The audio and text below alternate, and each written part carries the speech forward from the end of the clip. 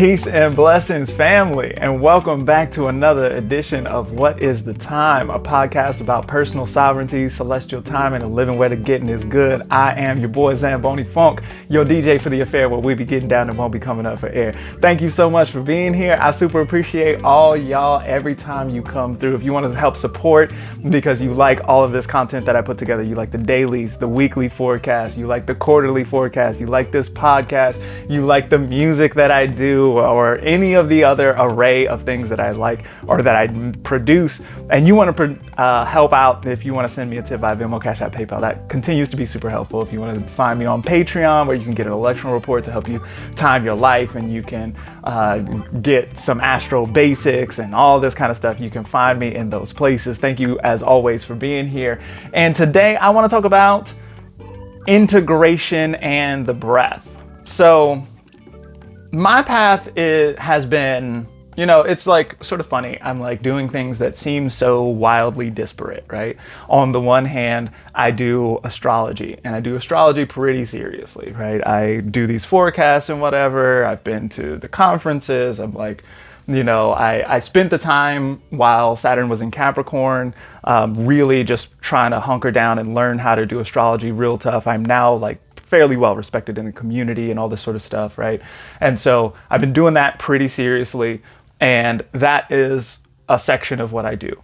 Another thing that I do that I've been doing since birth, basically, is I've been playing music. I've been singing in churches and choirs and stuff like that. I've been playing instruments for a really long time. I started out on the trumpet. I was a whack trumpet player, and then I moved ultimately to the bass.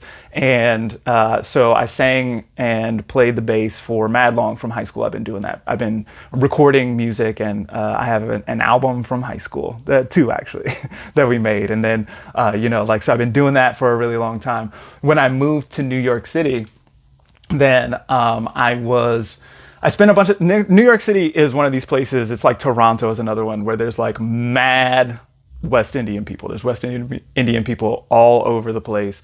They say that it's like one of these, like, they say that there are more Puerto Ricans in New York than there are in Puerto Rico, right? It's like that kind of situation, right? So I'm there in Brooklyn, in Bed-Stuy, in a West Indian neighborhood. And so there was mad Jamaicans and whatever around me. And so I got in with reggae music. That's super cool for me because I was really interested in reggae music for a long time. I really, I'd been sort of thinking that like some of the most sophisticated syncopation that I knew about was in reggae music. And, I can think of 2 times off the top of my head when I was like ready to commit suicide, and Bob Marley came through and said something deep to me in that moment. And so I didn't jump. And so it had been a thing that was like super important to me for a real long time. And I got involved in the community in New York City. And so New York City reggae music, that's super tough. You know what I mean? Like, we're talking about Barrington Levy is from there, and whatever. There's like a million great artists who like went on to the big time and whatever. I worked with a lot of them. I was there, and I sitting in the same room as Johnny Osborne or Maxi Priest, or I went on tour with Anthony B for a little while and this kind of thing, right? So got real deep into the reggae community there. And that became, that was like an easy extension from where I already was in life. I've been doing spiritual music for a long time. I sang in churches and this kind of thing, and that was always like that was the first way that I found out that like a supernatural experience, I don't really believe in supernatural, it's all natural, right? But like, cause like, the spirit is part of the world. And so it's not supernatural, but I was having these transcendent experiences at 7, 8, 9 years old, singing in choirs in church, right? And they always knew that I was like bad, you know what I mean? I sang in the youth choir for a second, and they were like, do you want to sing in the real choir? And so I sang in the real choir, in the adult choir, from age 8 or something like that, you know what I mean? Because I had that kind of discipline, and I had that kind of joy for singing. I really just cared about singing, make a joyful noise unto the Lord, all ye lands, you know what I mean? Like, that's where I was at. I was trying to make that joyful noise. And so, even at the time when I fell away from my faith and I wasn't, I didn't really believe in the, Gordon calls it churchianity that I had been given, and that it just like didn't really make sense to me, and I didn't really want to be a part of that situation anymore and all that sort of stuff. But that's when I sort of moved into being really into reggae music and this kind of thing. And even though I was into more secular styles of music, as it were, you know what I mean? I got really into trap music and this kind of thing. And I had been into funk for a long time, and, funk is a major part of who I am as a person.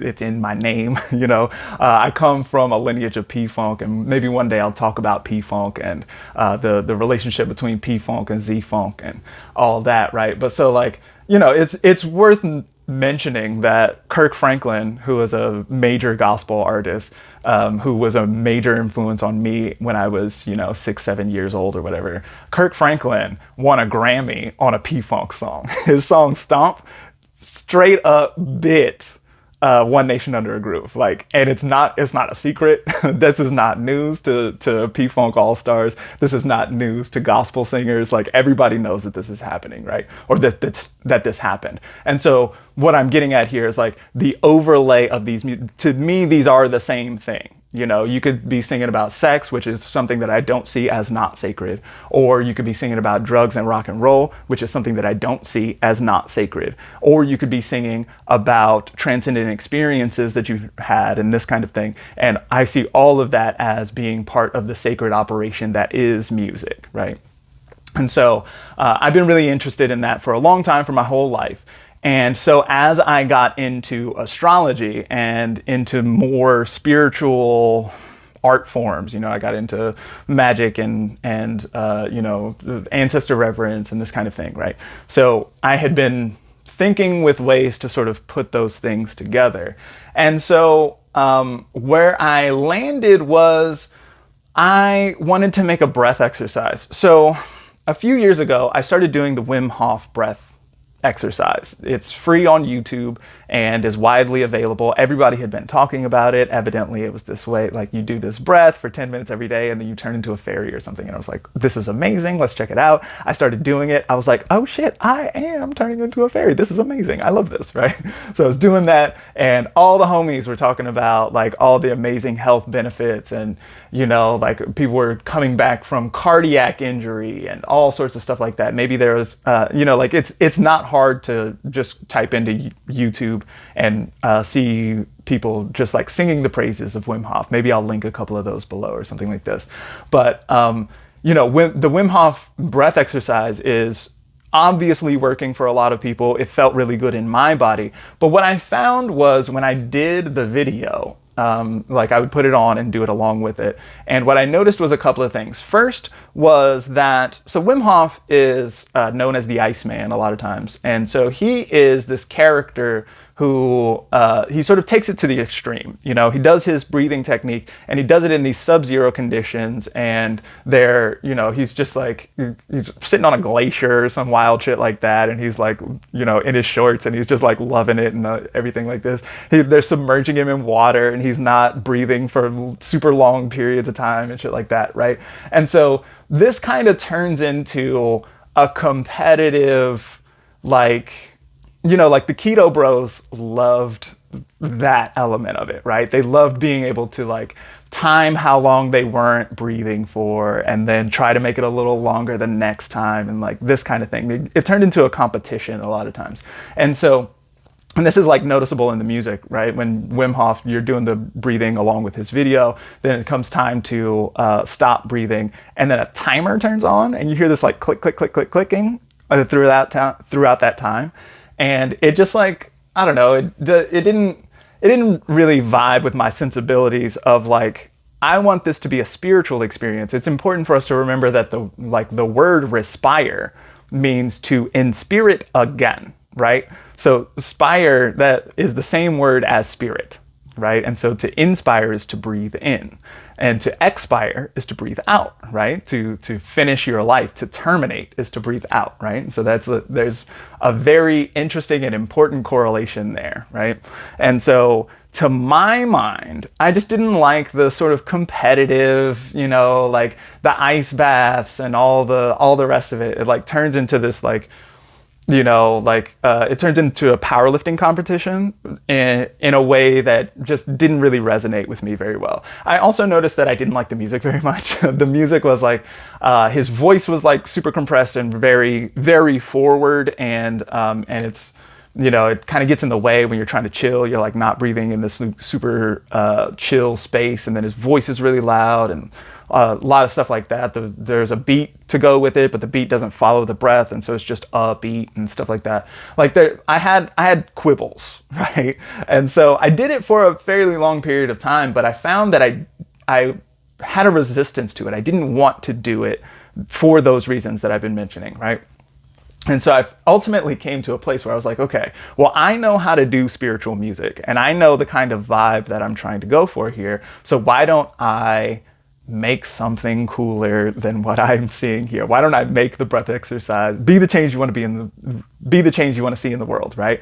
So like that is what I ended up doing. Now, so I have this history doing reggae music, right? And so in reggae music, there's a form called the stepper, and the stepper is just like a super like pulsing beat. If you listen to like Bob Marley's Exodus is a really common and really good example of that, or Buffalo Soldier has that as well. What other Bob tunes have it? It's like it's pretty common, right? And so it's a thumping bass beat pattern. And so I took that and let that be the sort of rhythmic component that sort of laid the groundwork for what we were going to do.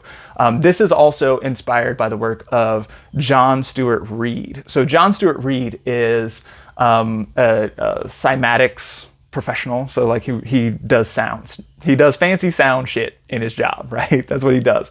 And so he was running some experiments one time, and he found that it was tremendously healing for people to have thumping bass. Just thumping bass. He found in his experiments that the frequency didn't matter that much, right? You hear a lot about people going from 440 hertz as A to 432 and this kind of thing, right? And there's a lot of good research on that and the solfeggio tones and this kind of thing. What John Stuart Reid found was like none of that shit was really that important as far as what he found. What he found was that the music that had a thumping bass beat and the thumping bass frequencies was healing people. He found that, and I'll definitely link to that because there's super interesting stuff that goes on that he talks about. He told this story about like going into the pyramids and then like putting this bass beat in there, and then like they put a tarp with sand, and then the sand arranged itself into hieroglyphs and all type of super wild shit, right? That I cannot verify. I was not there, but he says it went down. And so I was like listening to him talk about that, and he's done a bunch of experiments on water and stuff like that. So like he's got like a cymatic recording device where you can like record the frequencies and make images of it and this kind of thing. And so so I was really interested in his work. I love sound. I think that sound and sound design is like super, super important just to how we live as people. I've probably talked about the bane of machine noise and how like just running machine noise can be harmful for people and harmful to me specifically. And so I was really inspired by his work, right? And so I took that and was like, okay, a stepper is going to be perfect for this because it's just a thump that happens throughout the whole thing, right? It doesn't stop. It's super formulaic. It just runs the pattern, right? And so I took that and I took what I knew about reggae music and I slowed the tempo down and made it so that it would work alongside the breath. And so I tested it with myself. Shout out to the other people who tested it. There were not that many people. I sent it to a bunch of people. A bunch of people said yes. Most of them did not get back to me. Shout out to Liam for getting back to me, and Meredith and Marina. That's everybody.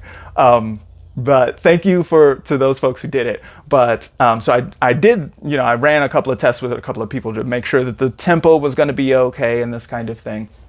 And so then I just made some music that I thought I would like a lot. There's some super deep shout outs in there. There's a song in there called "Jah Give Us Life" that it's become a calling card of mine. It was I was known when I was in the reggae scene all the time. I was known for singing that song because there's Jah give us life to live, so let us live, and so nothing away when I'm on say, and the light struck the night and the morning come, so I've got to stay awake and catch the rising sun, right? Those are the lyrics that are like really stuck with me. This whole like the darkest of the night, and then finally the sun comes and Jah give us life. And so that really that has been inspiring to me for years and years. And again, it's a situation where like I nearly extinguished my own light and didn't, because of the message that I've found in this music, right? And so I took that and made it into something that like really resonated with me. There's a shout out to Santa in there. The like heavy heads are gonna know what's going on. I also was deeply inspired. So one of my favorite podcasts is For the Wild with Ayana Young. Ayana Young, in the first place, one of the reasons why I really like her podcast is because she asks great questions consistently. She always asks these great questions, and you get these people respond to her questions and they're like, damn, that's a great question. Vio Komalafe was on that show and he was like, I don't even want to answer that question. I just want to let that question be. I love that, right? So super into For the Wild, check that out. And so she did a podcast with Joanna Macy several years ago. And so Joanna Macy is a climate activist from long time. She's been in the game like 50 years or something like that, right? So one of these people who has been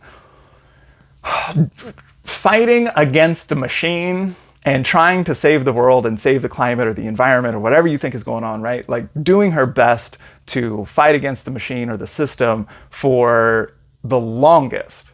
And throughout that whole time has been losing that fight, right? We can look at from where she started 50 years ago and the state of things now and see that it has gotten worse in that period of time, right?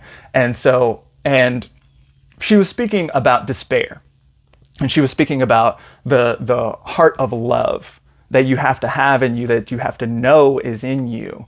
And that as being the motivator for continuing to get up in the world, and not even necessarily continuing to fight or continuing to struggle or something like that, but just continuing to live and feel like the world is a worthwhile place to live. And she spoke to the true idea that the world is a living organism, that the world is a living place.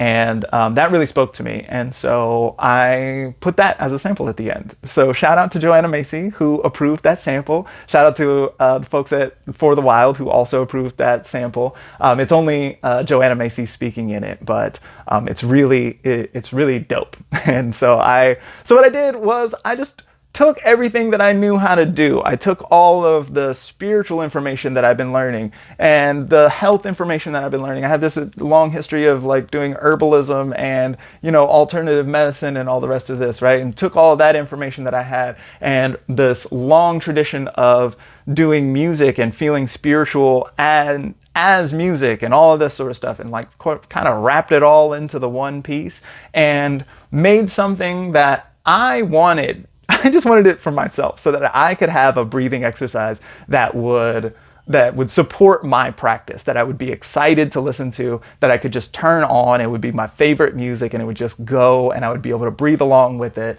And I would be like, ready to do that every day rather than annoyed every day like it was with the old video. And so I made that. And then as I was doing that, I was like, other people might want some of this too. And so I put together a proper release so we can, so you'll recall that the last music that I put out was a song called Can't Help Myself, which is available on Spotify, Tidal, Pandora, YouTube, wherever you like to get your music, Deezer, Stitcher, all these places. It's in all the places. Go check it out, Amazon Music, whatever. So the cover art to that is super, super dope. It is a really beautiful painting by my friend Odd Minds, who I got to do the cover art for the breathwork exercise. It is gorgeous. I am just deeply, profoundly excited and moved that we were able to make this happen, that we were able to like get it all together. I got some binghi drummers on there as well, and by some I mean one one binghi drummer was on there. Shout out to Jeremiah McFarlane, who was on there. Shout out to Gabe Kirscheimer, who recorded those binghi drums and did all of the post-production that was necessarily around that. Shout out to Kevin Brown, my day one. I've been running with Kevin Brown since 6th grade. We were hiding in the front of the bus together, hiding from the crazy ass motherfuckers in the back.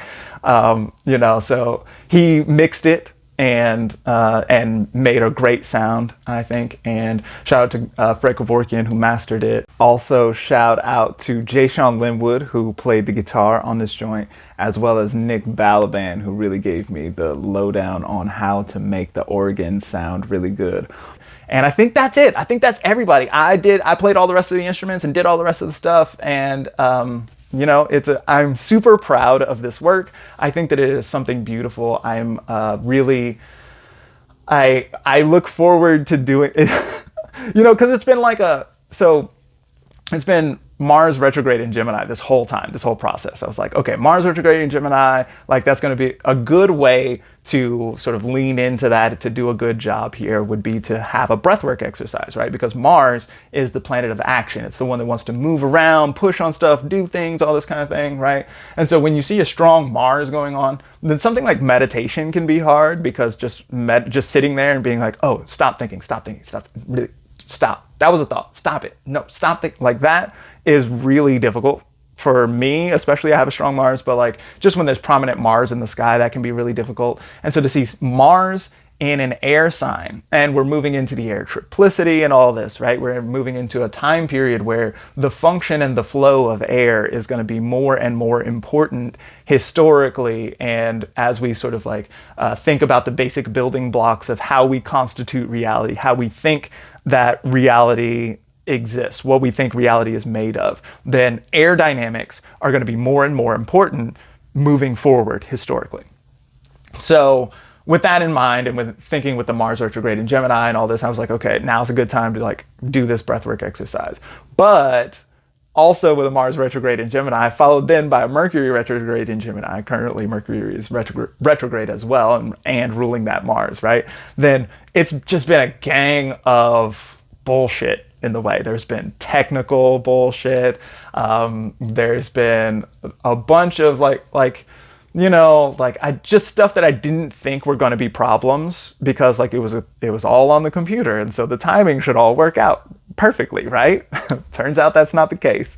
And so I had to like deal with a bunch of stuff like that, where it's just one thing after the next, and you thought it was going to be done and then it wasn't, and you thought it was going to be done and then it wasn't. And I actually thought that I was going to release it this week. That's not happening. So you're probably not even going to see this for another like 3 weeks or something like that after I've recorded it. But, so getting through each one of those steps was a really strong Mars retrograde lesson. And I've learned a lot about that as timing. And I've learned a lot about how to use these programs and stuff like this, right? And so hopefully the plan is to be able to use this information to move forward a little more strongly, a little more quickly when it comes to releasing new music beyond this and this kind of thing. But, I, who knows? Who knows, right? But I look forward to doing this kind of work without these retrogrades and seeing what kind of things we can run into here. Now, quickly, just sort of following behind Wim Hof here. So Wim Hof made a whole video to go along with his breathwork video, which is a safety video. Basically, it comes down to sit or lie down. Don't put yourself in a situation where you were like sitting up on a bar stool and might fall off or something like this, right? Because you're going to get super relaxed. You might get dizzy and this kind of thing. I personally like to lay down. I don't see any reason not to just lay down and do it. Also, Wim Hof is really big on like, don't do it underwater. Under no circumstances should you do this shit underwater. Duh. Like, there's nothing competitive here. There's no competition at all. It's just breathe. Just breathe and feel good. And if at any point it doesn't feel good anymore, just stop. Just return to your normal breath. if you have any questions, feel free to reach out. And I really, really hope that you enjoy. So now,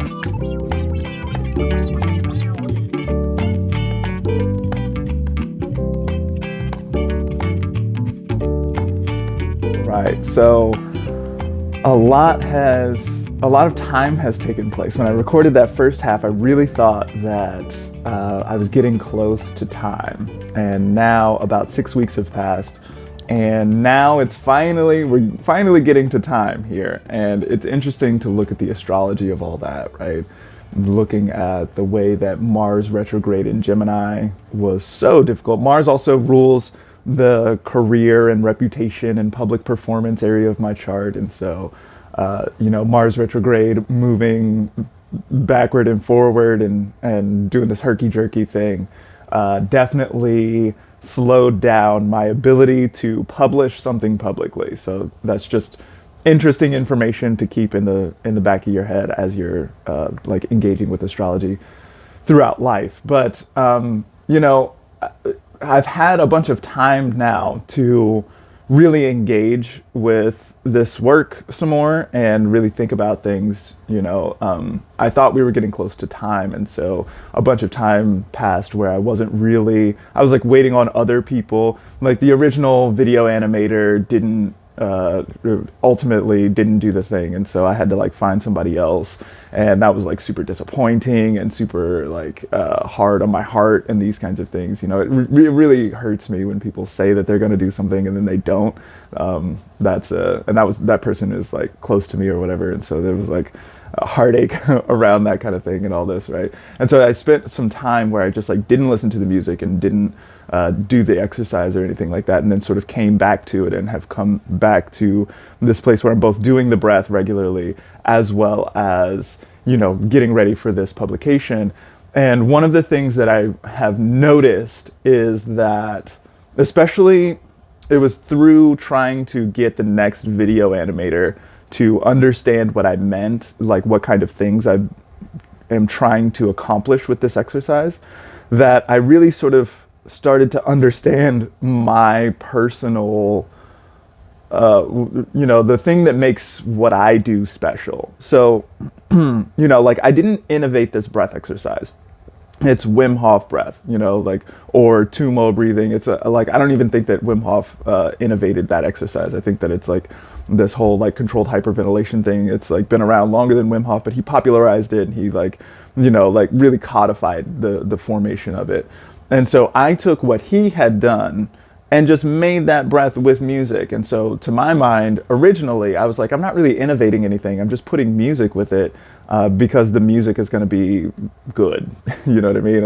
I just want to listen to this music while I'm doing the breath exercise rather than whatever music he had. I didn't really like the audio, right? And so I was okay, well, I just want to do this, and I'm not really innovating anything. But as I have spent time with the video animator, then I have realized that I'm doing something that is not entirely original, but it's not entirely unoriginal either.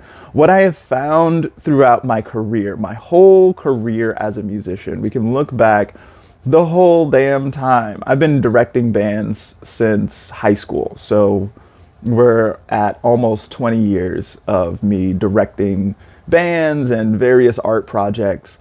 And what I have found throughout that time is that funk is just part of me. It's part of who I am. It's part of what I do. It's part of the essence of who I am as a person. And as such, I have a kind of intuitive understanding of time and how time functions and ways to think with time and to operate around time that is just, it flows very naturally from me. It flows very naturally through me, in me. We can use all of our different prepositions here and they really work well around, right? I really have this intuitive understanding of time that I thought everyone had. I thought it was normal. And what I have found throughout my entire career as a musician has been things that I think are easy, things that I think make total sense, just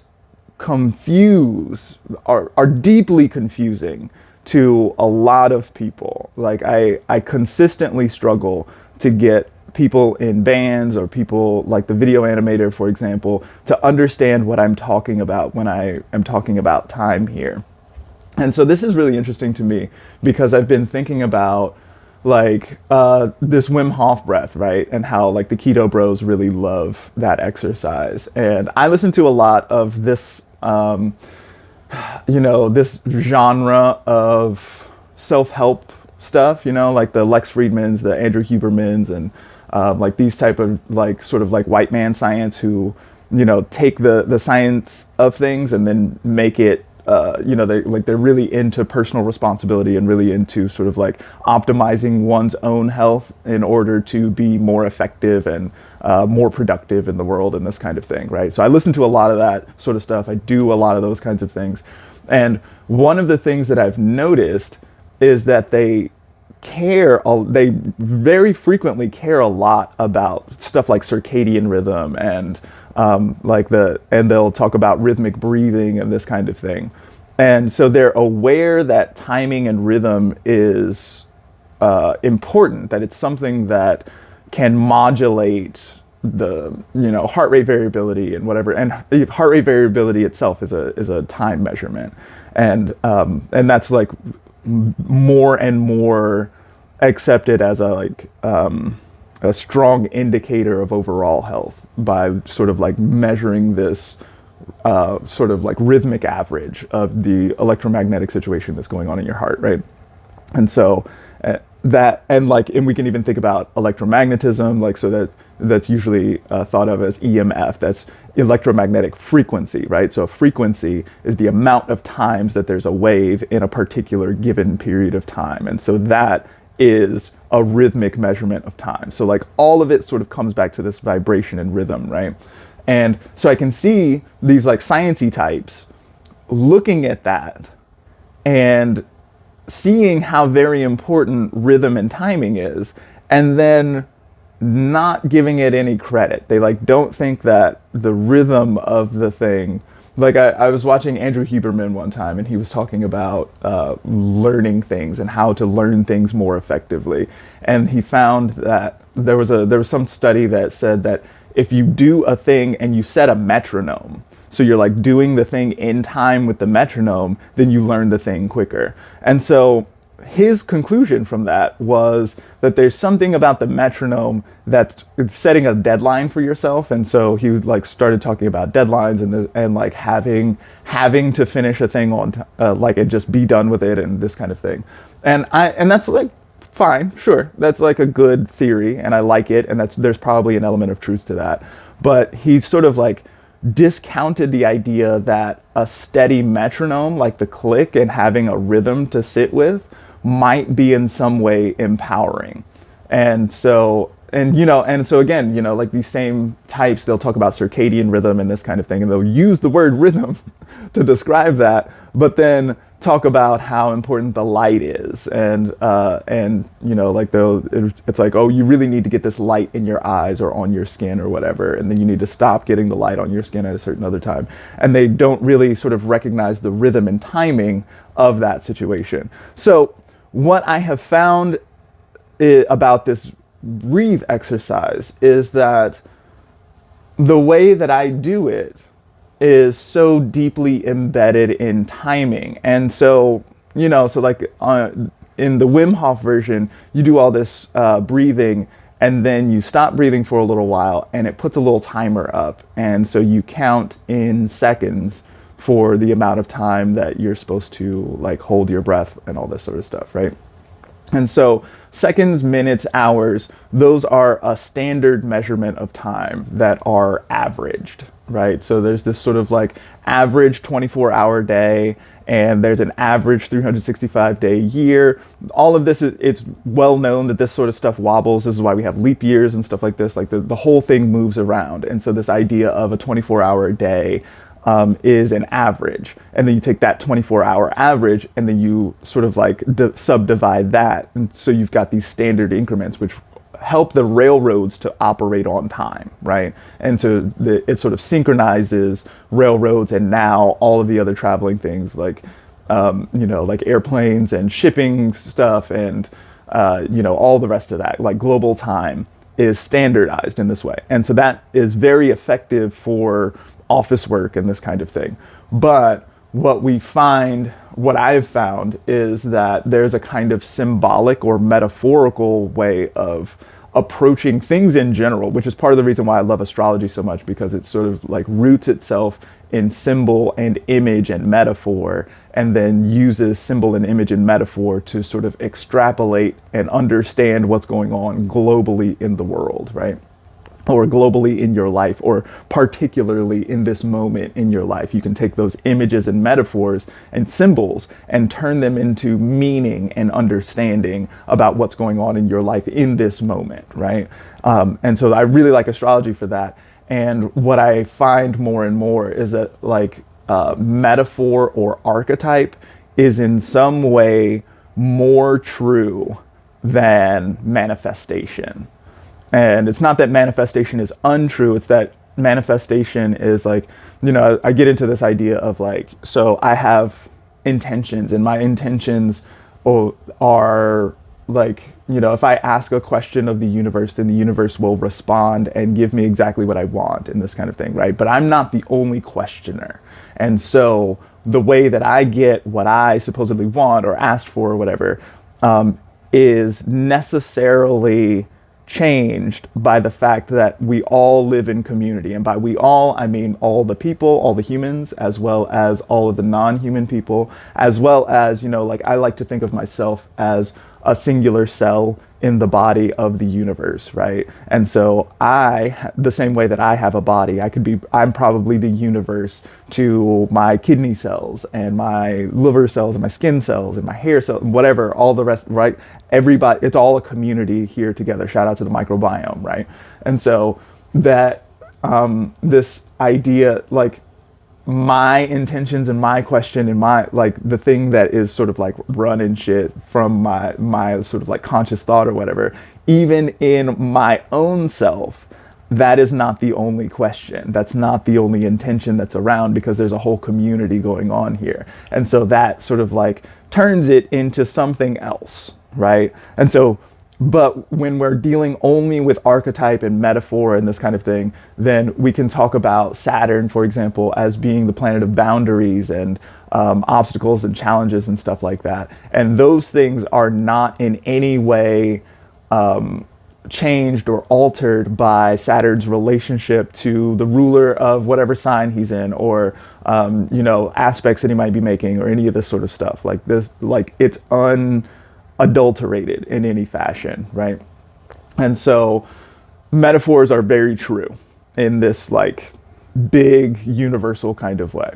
And so dealing with music gets us into a time, a way of approaching time, a way of thinking about time in that is more symbolic and metaphorical rather than standard, right? And so even though this is, so like this tune, it goes at 42 beats per minute, right?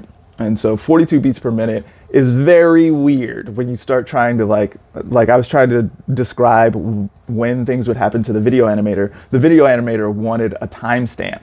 And I was like, yes, I understand that, but like 42 beats per minute doesn't like lend itself to a clear, like at this second, this happens, you know what I mean? Like that's not how it works. It sort of operates outside of the standard model.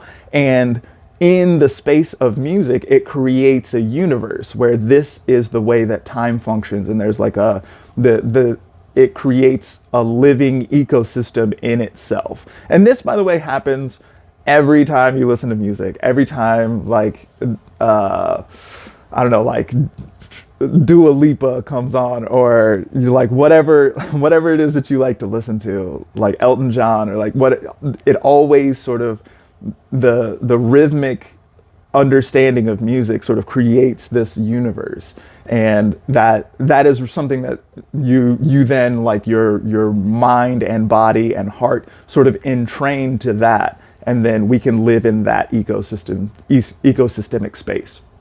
So what I have done here that I didn't necessarily think was innovative, because my understanding of time, I always think that like everybody has this understanding of time, but I am coming to understand more and more that other people don't think about time in this way. And so what I think is special about this exercise, there are many things that are special about this exercise, but what I think is special about this particular moment is that it takes the breath, which is something that is inherently spiritual. We can think about that word spirit. I talk about this all the time. The word spirit means breath and this sort of thing, right? So this inherently spiritual practice, which is intentionally breathing, and then link it to metaphorical or symbolic timing in a way that is intuitive, in a way that like it's intuitive in like everybody nods their head to music when the music is really popping, or taps your foot, or whatever it is, right? Like you can entrain and get into that space in a way that like if I asked you how long a minute was, or how long is 6 seconds, like you're probably not going to be able to understand that or measure that in any kind of intuitive way in your body. But if I give you a backbeat, then you'll immediately be able to just be in time, because you know where this is, right? There's a bunch of like cultural programming and all this sort of stuff, right? We're already here. And I don't know how fast that was. I didn't measure that, except to know how far those backbeats were from each other, right? So what I did with this breath exercise is I took the spirit and the breath and the harmony and all of these things, as well as prayers, and made them into and gave them a symbolic, spiritual, metaphorical space in which to sort of take place here. And I think that that is the real innovation. And I think that there's something that is, I don't know if innovation is the right word, because I don't know that it's necessarily new, but I think that there's something special about that, and I think it's worth doing. I think it's, it's pushing the thing forward here a little bit. So yeah, I just wanted to say that in, having spent a bunch of time here and all this. Also, the artwork to go with it is amazing, and there's a bunch of merch available. I highly recommend getting the poster. The poster is 2 feet. It's huge and amazing. It's really, I'm deeply grateful to Erika for having made this image, which is of a woman who is not necessarily exclusively human, who is holding space for you to be safe and to take part in this moment. I am deeply grateful to both Erika and the woman who she created to be here in this space. I'm deeply grateful that both of them have, as well as as the angel's friend. She's got a little familiar here as well, right? All of them sort of accepted this responsibility and are here to watch over you.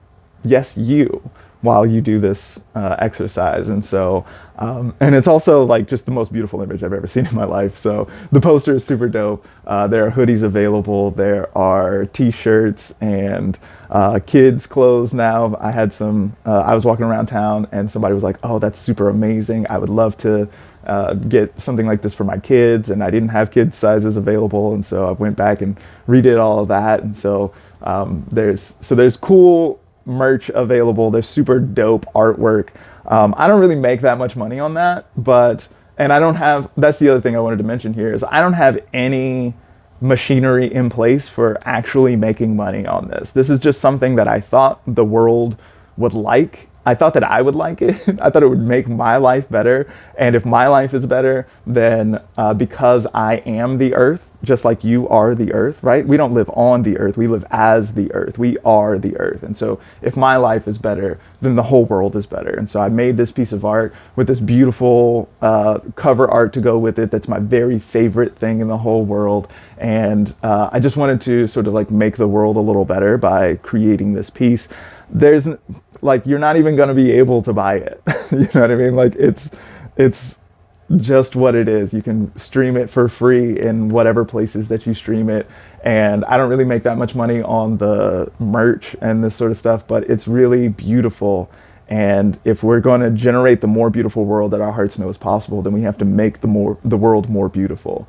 And so here we are doing that. So thank you so much for being here. Thank you so much for being a part of this and like paying attention to this journey as we go along. Thank you for listening to the music. You don't have to do the breath alongside the music in order to enjoy the music. The music is really good. I've spent a bunch of time just listening to it recently. I'm super proud of the way that the sound has come out. I'm super proud of the way that the breath takes place now. I am really grateful for the opportunity to be in that breath and to have the space held so perfectly. I have this little niece who I've mentioned on here a few times, and she's 8 years old. And so I've introduced this breath exercise for her, and it gives her, the music helps her to root and to orient to it. And then she, of course, loves the woman who is looking after her and all this sort of stuff. And it's just a really beautiful moment that I am deeply grateful to have the opportunity to put out into the world. So thank you for listening. Thank you for participating. Thank you for sending me a tip via Venmo, Cash App, PayPal, or hitting up some of the merch or whatever, or getting on Patreon. That's a good way to support. This isn't really a money-making endeavor for me, but it's one of the things that I'm most proud of in this life. And so thank you so much for being here. And so now, finally, many weeks later, without further ado, I give to you Breathe by ZamboniFunk. Peace and blessings, beautiful people. Take a moment to get comfortable, lie down, sit down, however you like. And we're gonna take some slow breaths to begin. There's no rush. Breathe in. Out. Another one. In.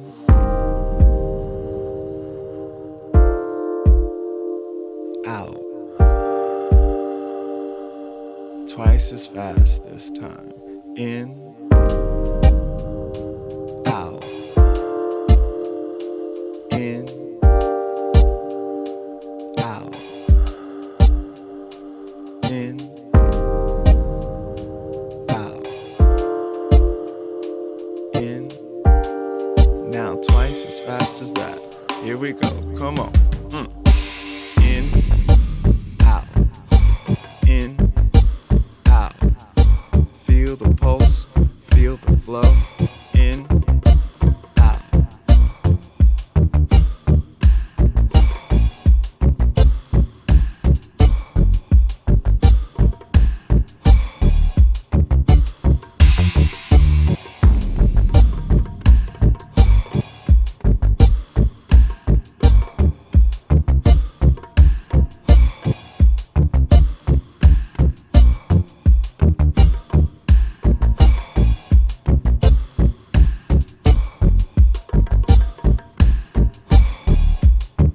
Doing great. Come on. In, out.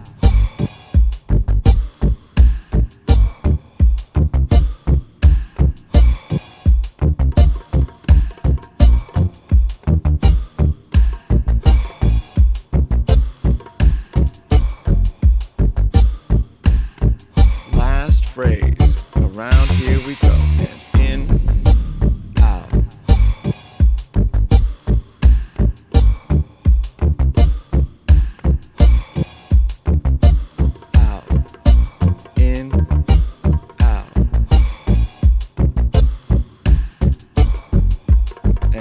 Take a big breath in and let it go. Hold.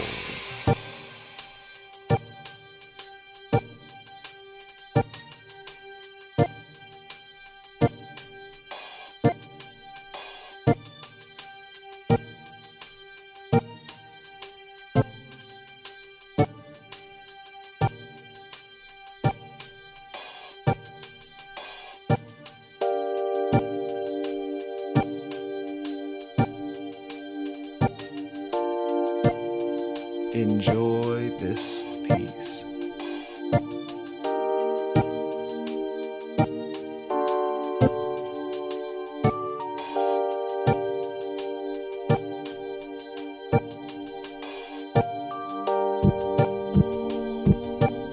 If you need to take a breath, feel free to do so.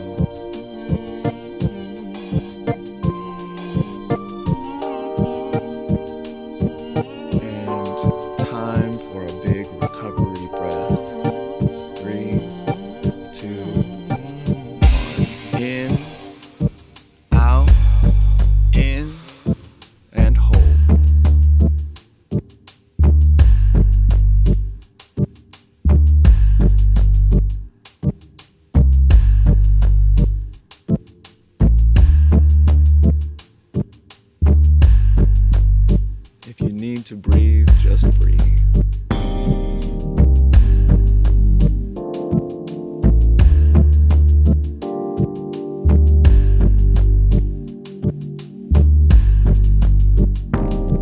And let it go.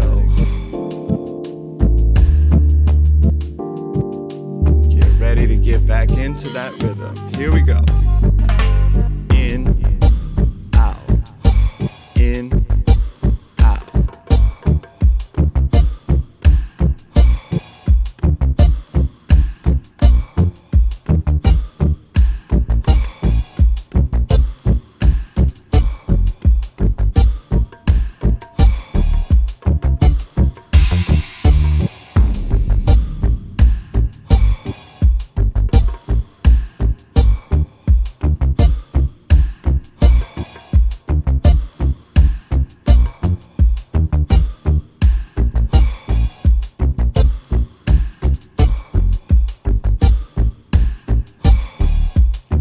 doing great.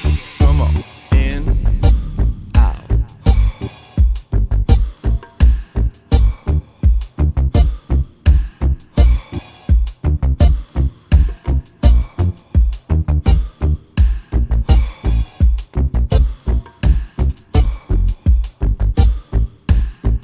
Last phrase. Around here we go. And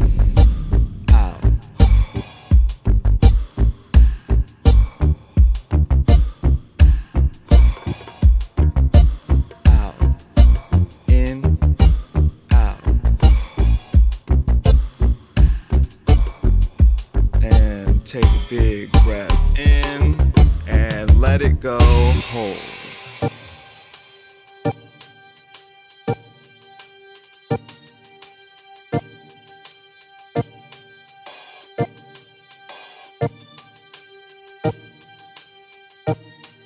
I am a divine and healing entity imbued with the power of the Creator.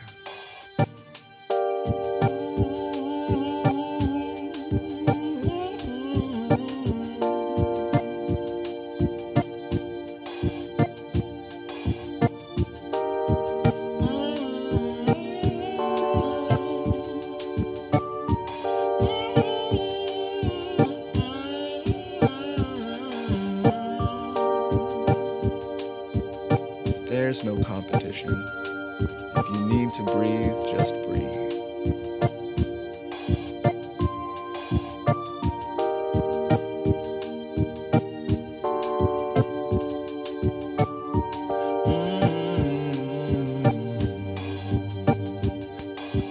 To heal is my most natural state of being.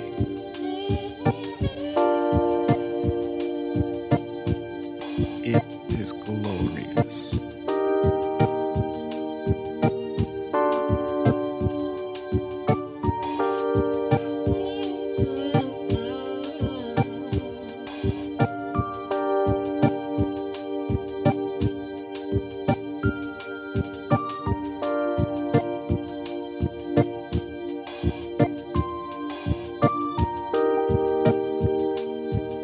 And time for a big recovery breath.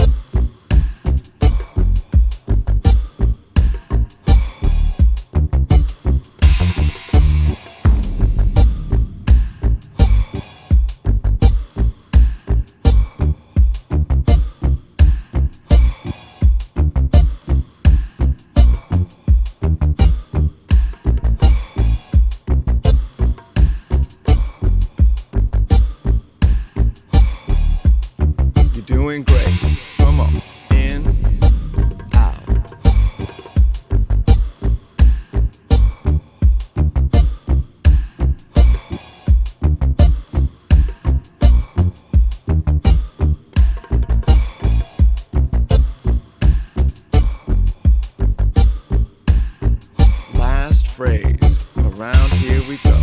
And in, out.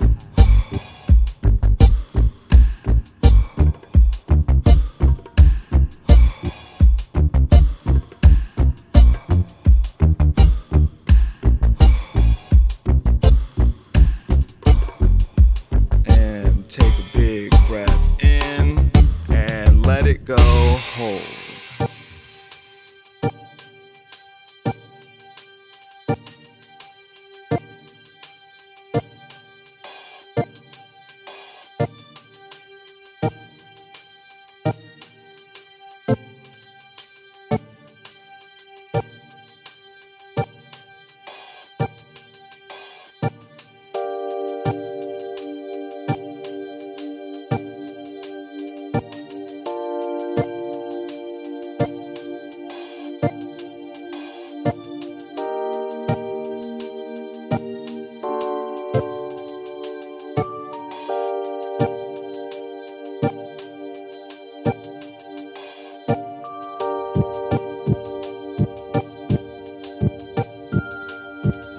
To breathe, just breathe.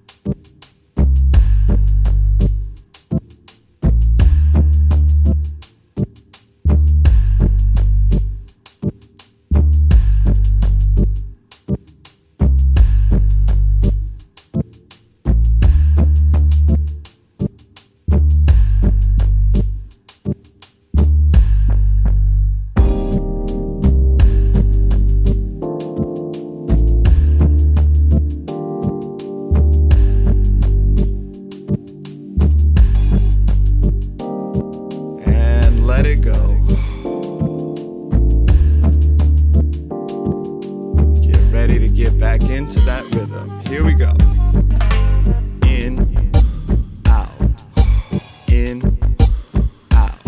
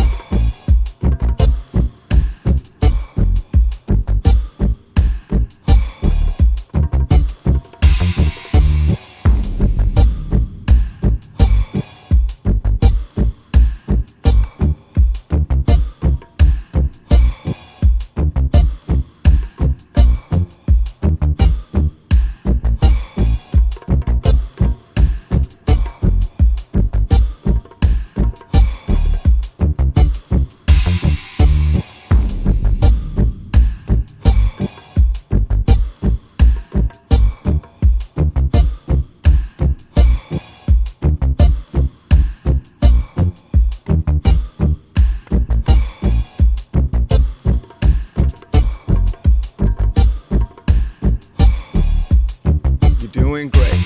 Come on. In, out.